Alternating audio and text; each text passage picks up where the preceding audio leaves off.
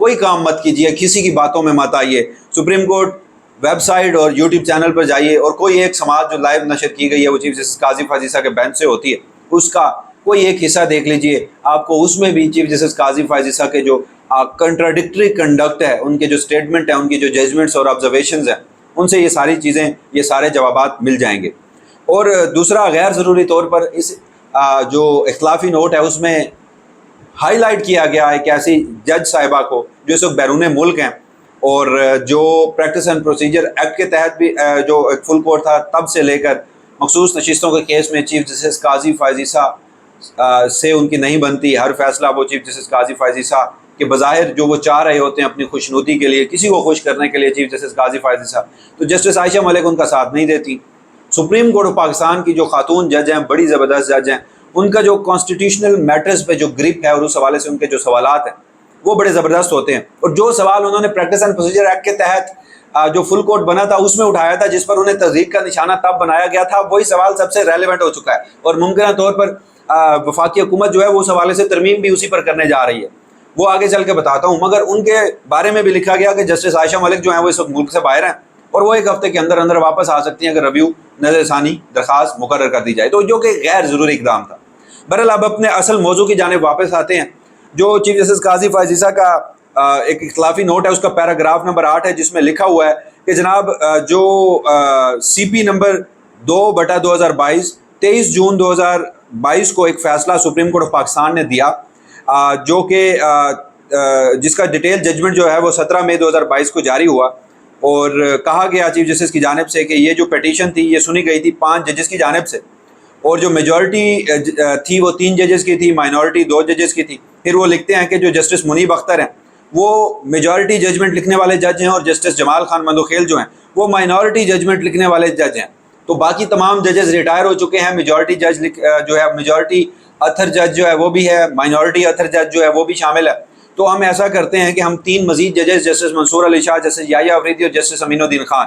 2 پرانے ججز اور 3 نئے ججز شامل کر کے میں تجویز کرتا ہوں کہ ایک 5 رکنی بینچ بنایا جائے، جو کیا کرے، جو انٹرپریٹیشن آف آرٹیکل 63A اور 63 کی جو کانسٹیٹیوشن ہے، جس میں لکھا گیا ہے کہ دا petition pertain to the interpretation of آئین کے article 63 and 63A of the constitution in view of the constitution the legal reification of CRP 197/2022 should have been decided 26th month has been elapsed since the decision. Therefore, for the same reason as mentioned above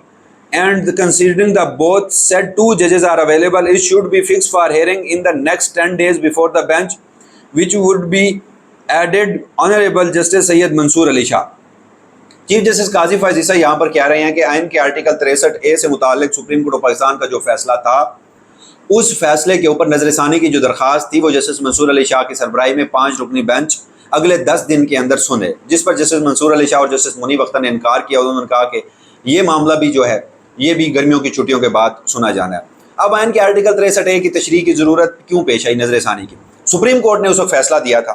عدم اعتماد آنے والا تھا، 63A کی تشریح کا ایک reference, صدارتی ریفرنس عارف الوی کی جانب سے اس وقت کی عمران خان کی حکومت کی جانب سے سپریم کورٹ میں بھیجا جاتا ہے، اور کہا جاتا ہے کہ آئین کا آرٹیکل 63A یہ مبہم ہے، اس پر تشریح کر دی جائے کہ اگر کوئی شخص ڈیفیکٹ ہوتا ہے، پارٹی سے انحراف کرتا ہے، تو اس کا ووٹ کاؤنٹ ہوگا، ووٹ شمار کرے گا۔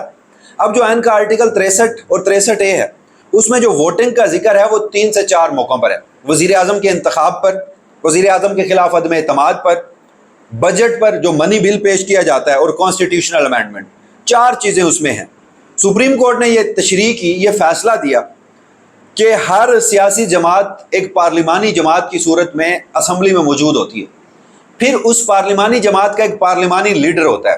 اگر پارلیمانی لیڈر نے اپنے تمام پارلیمنٹیرینز کو اس بات کا پابند بنا دیا ہے کہ ان 4 موقعوں پر منی بل، کانسٹیٹیوشنل امینڈمنٹ، وزیر اعظم کا انتخاب اور عدم اعتماد، آپ نے ادھر ووٹ دینا ہے، ادھر ووٹ نہیں دینا، آپ نے پارٹی پالیسی کے خلاف نہیں جانا، تو جو ایم این اے یا ایم پی اے جائے گا، ایک تو اس کا ووٹ کاؤنٹ نہیں کیا جائے گا، اور دوسرا وہ نااہل تصور ہوگا۔ تو یہ فیصلہ جو تھا یہ بڑا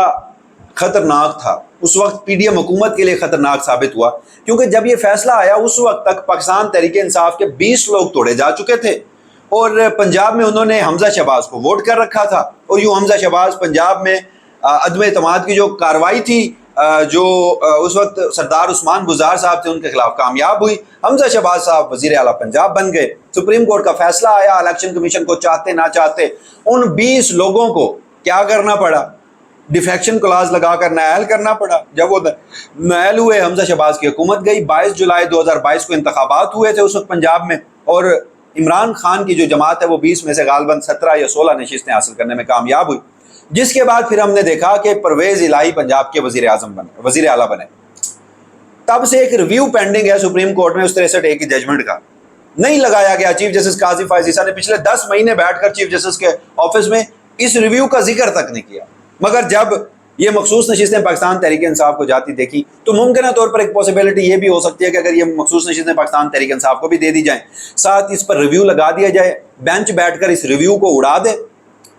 فیصلے کو اڑا دے ریویو میں، اور 63A اپنی اوریجنل حالت میں بحال ہو جائے، ڈیفیکشن کلاز ختم ہو جائے، اور اس کے بعد اگر کوئی آئینی ترمیم کی جاتی ہے تو پاکستان تحریک انصاف کے لوگوں کو گھیر گھار کر اس ترمیم میں شامل کیا جائے، تو بظاہر ایک مقصد نظر آتا ہے جو کہ اس میں بھی ناکام نظر آئے ہیں۔ اب آ جاتے ہیں جب دوسرا مدعا ہے وہ یہ ہے کہ supreme court practice and procedure act کی شک وہ جس کے تحت 3 رکنی ججز کمیٹی قائم ہے، اس پر اب تبدیلی کی باتیں ہو رہی ہیں، اور شفافیت کا عالم دیکھیے کہ چیف جسٹس قاضی فائز عیسیٰ صاحب ہمیشہ سے کریڈٹ لیتے تھے کہ اب میں نے اپنی پاورز جو ہیں وہ ڈیزالو کی ہیں، میں جمہوری آدمی ہوں، میں پاورز اپنے ہاتھ میں کرٹین نہیں کرتا، اور پھر یہ پہلا موقع تھا کمیٹی میں جب قاضی فائز عیسیٰ صاحب کو شکست کا سامنا کرنا پڑا، ورنہ گزشتہ 10 ماہ میں پہلے کمیٹی میں اعجاز الاحسن صاحب تھے، سردار طارق صاحب تھے، اور چیف جسٹس قاضی فائز عیسیٰ صاحب تھے۔ قاضی فائز عیسیٰ اور سردار طارق صاحب مل کر ہر قسم کا بینچ میجورٹی سے بنا لیتے تھے، قاضی فائز عیسیٰ کی مرضی چلی، اعجاز الاحسن صاحب ریٹائر ہوئے، منصور علی شاہ صاحب آ گئے، تب بھی قاضی فائز عیسیٰ کی مرضی چلی، سردار طارق مسعود ریٹائرڈ ہوئے، منیب اختر صاحب آ گئے، شروع میں منیب اختر صاحب نے بھی مخالفت نہیں کی، پھر فوجی عدالتوں کا کیس ہو یا الیکشن ٹریبیونل کا کیس ہو، منیب اختر صاحب نے مخالفت کی، منصور علی شاہ صاحب اور قاضی صاحب نے بیٹھ کر اپنی مرضی کا بینچ جو قاضی صاحب چاہتے تھے وہ بنایا۔ یہ پہلا معاملہ ہے 12 جولائی کے بعد کہ کمیٹی کے اجلاس میں چیف جسٹس قاضی فائز عیسیٰ کو شکست ہوئی ہے، جسٹس منصور اور جسٹس منیب نے ڈائسینٹ کیا، اور اس کے بعد یہ جو جمہوری تھی ایک سیاسی پارٹی PDM جس نے یہ قانون بنایا تھا، اور جو جمہوری چیف جسٹس قاضی فائز عیسیٰ تھے انہیں یہ برداشت نہیں ہوا، تو اب مجوزہ طور پر یہ کہا جا رہا ہے کہ اس میں 5 ججز شامل کیے جائیں سینئر، تاکہ یہ جو کمپوزیشن ہے یہ تبدیل ہو، اور چیف جسٹس قاضی فائز عیسیٰ گرمیوں کی چھٹیوں میں بیٹھ کر وہ جو ریویو ہے وہ دوبارہ سے لگا سکیں، اور وہ اپنی مرضی کی جس طرح سے سپریم کورٹ چلانا چاہتے ہیں وہ چلا سکیں، کیونکہ اگر 2 مزید ایڈ ہوتے ہیں جیسے یحییٰ افریدی اور جسٹس امین الدین خان صاحب، امین الدین خان صاحب تو قاضی صاحب خود قاضی صاحب کو چھوڑ کے جا سکتے ہیں، امین الدین خان صاحب قاضی صاحب کو نہیں چھوڑ کے جا سکتے، جیسے یحییٰ افریدی جو ہیں ان کا خیر ایک اپنا ہی الگ اوپینین ہے، تو پھر کیا ہوگا اگر منصور علی شاہ صاحب اور منیب اختر صاحب اس ریویو کو نہ لگانے کی حمایت میں ووٹ دیں گے، تو قاضی صاحب اور جو کیا کہتے ہیں امین الدین خان صاحب ہیں وہ کہیں گے کہ ریویو کو جلد سماعت کے لیے مقرر کیا جائے، تو پھر ووٹ آ جائے گا جیسے یحییٰ افریدی کے پاس، اور وہ اس حوالے سے کیا فیصلہ کرتے ہیں۔ تو بہرحال یہ قبل از وقت باتیں اس لیے ہیں کہ اب یہ ڈسکشن ہونے لگ گئی ہے، اور جسٹس عائشہ ملک یہ تب کہتی رہی فل کورٹ کے اجلاس میں کہ 3 ججز ہی کیوں، اگر آپ نے جمہوریت لانی ہے اور پریکٹس اینڈ پروسیجر ایکٹ کے تحت آپ کہہ رہے ہیں کہ چیف جسٹس اپنی پاورز ڈیزالو کر رہا ہے، تو انہوں نے کہا کہ پھر پوری کی پوری سپریم کورٹ جو ہے وہ ان 3 ججز کی پابند کیوں رہے، پھر آپ کمیٹی میں تمام ججز بیٹھیں اور جو اکثریت کا فیصلہ ہو